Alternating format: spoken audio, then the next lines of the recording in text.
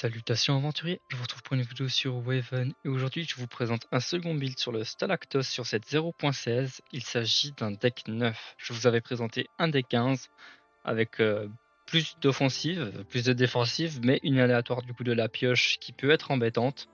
Ici on a donc un build un peu moins puissant mais avec une pioche qui nous permet du coup d'améliorer ses conditions. Sans perdre davantage de temps, je vais vous parler des passifs et compétences que je suis allé chercher. Je suis donc allé chercher Armure Stalactos qui permet que lorsque l'un de mes personnages déphasés traverse une cible, je gagne 35% de mon attaque en armure. Ensuite, j'ai opté pour Clonage Stalactos qui me permet que lorsque je termine un déplacement, j'invoque un clone de gel à mon emplacement initial. Ces clones de gel étant déphasés, ils auront 3 PM et me permettront à la fois d'infliger des dégâts et de gagner de l'armure. Avec ça, je suis allé chercher beaucoup de sorts éthers. Oula, j'ai bégayé. Traversée spirituelle, tout stalactos, maître déphasé, glaive déphasé, Algarad, course et bon. Puis j'ai investi tous les points en attaque. Du côté des items, j'ai opté pour l'anocif et l'anocillation qui permettent de bien booster l'attaque. Ensuite, je suis allé chercher l'anneau des âmes, tout simplement parce qu'il a des belles stats d'attaque et en plus son passif est agréable. Le fait d'infliger 35% de l'attaque de notre héros à tous les adversaires sur un coup de grâce avec notre attaque. Si vous n'avez pas l'anneau des âmes de montée, pas de panique, vous pouvez très bien le remplacer par l'anneau horrible.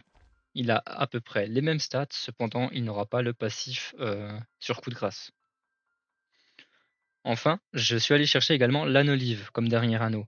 Cet anneau permet de comboter avec l'anocillation, ce qui me permet de gagner de l'armure dès que je lance un sort, pour pouvoir bénéficier directement du bonus d'attaque de l'anocillation.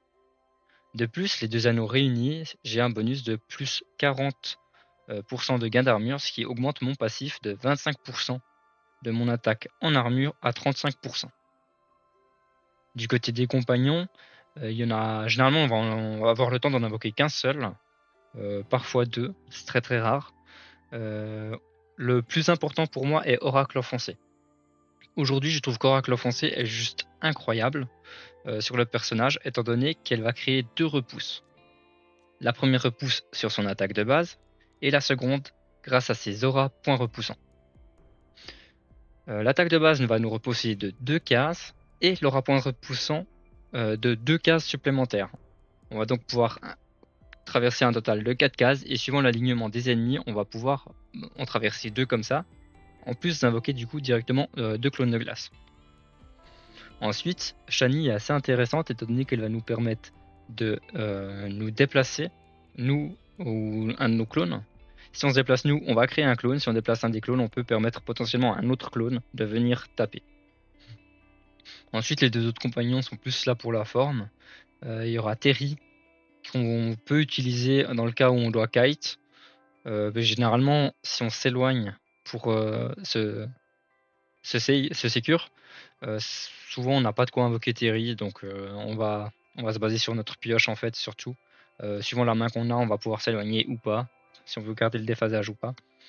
Et enfin, j'ai décidé d'aller chercher synchroniseur minutieux pour un petit point d'action en réserve. Ça peut faire la différence des fois sur certains tours, mais vraiment, la plupart du temps, on va juste chercher à sortir Oracle en français et ce sera tout. Donc, côté des sorts, je vous ai déjà présenté les sorts éthers, mais je vais vous faire du coup un petit peu une petite description. On aura du coup glaive déphasé, maître déphasé et tout stalactos pour nous déphaser. Ensuite, on va jouer avec course pour nous augmenter nos nombres de points de mouvement. Bon, qui nous permettra de terminer un déplacement et donc d'invoquer un clone de glace à notre emplacement initial. Traversée spirituelle qui permettra non seulement de créer un clone, mais surtout de toucher tous les ennemis en ligne avec notre héros. Et enfin, du coup, Algarad pour la pioche, parce que comme on a quand même beaucoup de petits sorts, on va vider notre main très vite. Ensuite, dans les sorts non éthers, j'ai opté pour Traversée glacée, qui nous permettra de traverser 3 cases et de gagner un point d'action en réserve en cas de coup critique. Et Trouble, qui est un sort qui repousse de 2 cases si notre héros est déphasé.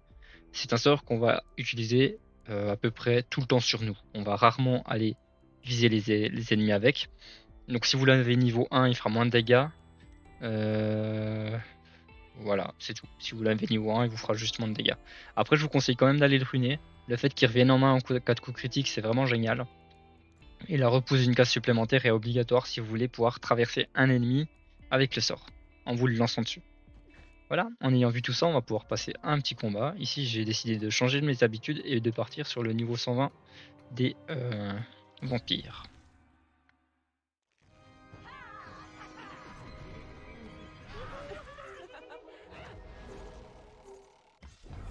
Donc voyons voir comment ça se positionne. Ok, alors ici l'avantage que j'ai, c'est que je vais avoir Algarad pour le T1. Donc je vais juste Algarad. Lui il fait quoi? 3. Ok, si je me mets dans le coin, il peut pas me toucher. Vous verrez que le gros avantage du Stalactos contre les vampires, c'est qu'en fait les clones de gel qu'on invoque peuvent retirer assoiffés aux vampires. Donc on va pouvoir retirer plusieurs fois des assoiffés en un seul tour. C'est assez énorme. Par exemple ici, je vais venir me positionner ici pour favoriser du coup le mon déphasage. Ici, elle est assoiffée, donc on vient avec le petit clone lui retirer assoiffé.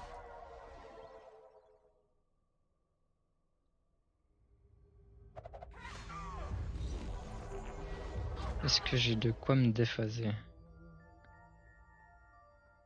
Ok, donc là, ah mince, malheureusement il me manquera un PA si je fais ça.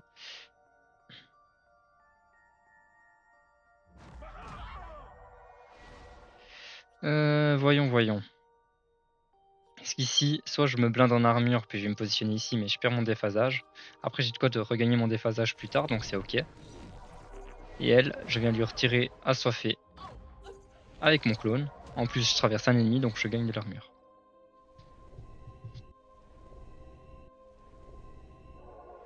Là, je vais prendre un petit peu cher. Je vais prendre 3 ennemis normalement. 4. 4. Ouais.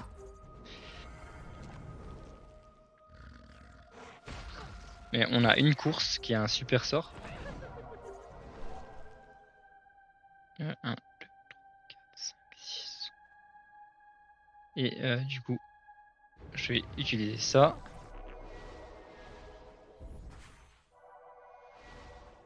Mais est-ce que... Non, je vais du coup faire comme ça. Ici, lui, là, je vais retirer assoiffé.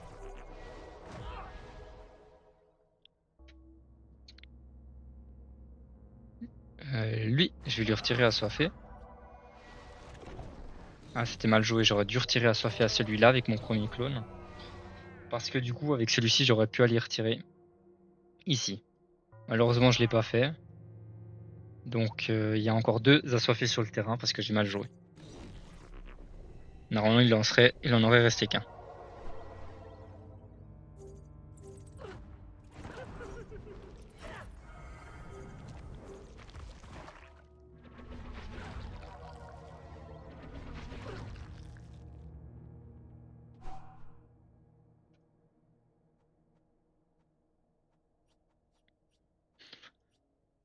Alors ici, malheureusement, je vais pas pouvoir piocher sur ce tour parce que je suis trop low life pour que ça se fasse. Donc je vais juste me repousser si je veux pas utiliser la traversée.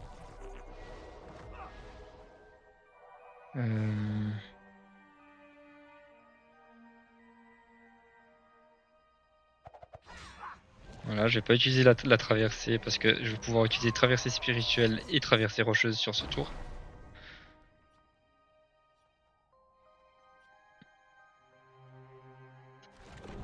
Ici donc je traverse.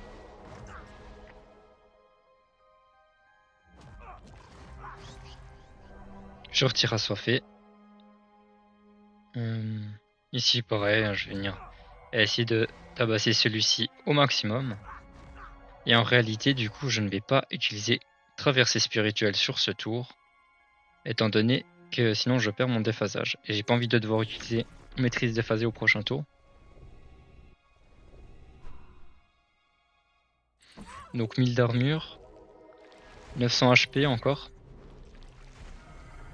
On arrive à tenir le coup. Alors forcément, on génère beaucoup moins que sur le build, le D15. Parce qu'on a moins d'attaques, là on a 315, je crois que sauf erreur que j'étais à 390 et quelques avec l'autre build. Alors voilà, ça peut pas être ça peut pas être parfait.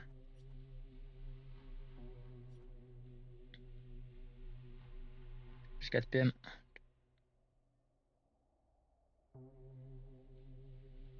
Ouais, je peux faire ça. Merde, c'est l'attaque qui tank, ouais. J'aurais dû m'en douter. Ici, je retire assoiffé. Je viens là, je retire assoiffé. Et ici, je peux piocher directement. Donc là, j'ai de quoi invoquer mes compagnons. En l'occurrence, là, j'en ai pas besoin, donc je vais rester comme ça. On verra un petit peu après.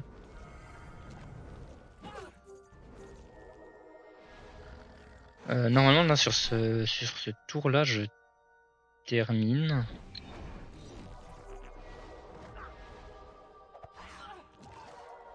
Il reste combien, lui?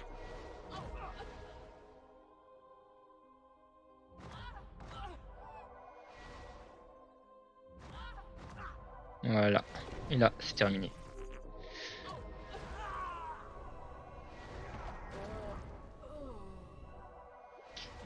Voilà, donc c'est un petit combat chez les vampires. Je voulais vraiment vous montrer l'utilité du personnage dans les différentes situations. Ce qui est génial, par exemple ici chez les vampires, il peut désassoiffer beaucoup de monde. Chez les cracklers, il peut casser des rochers. Il peut repositionner des ennemis si jamais c'est des crackballers. Avec l'attaque, les clones peuvent se faire charger. Pareil chez les Thor, on peut charger les... On peut faire charger les ennemis. Ça peut être soit pour déplacer un ennemi pour le mettre sur une ligne ou comme ça.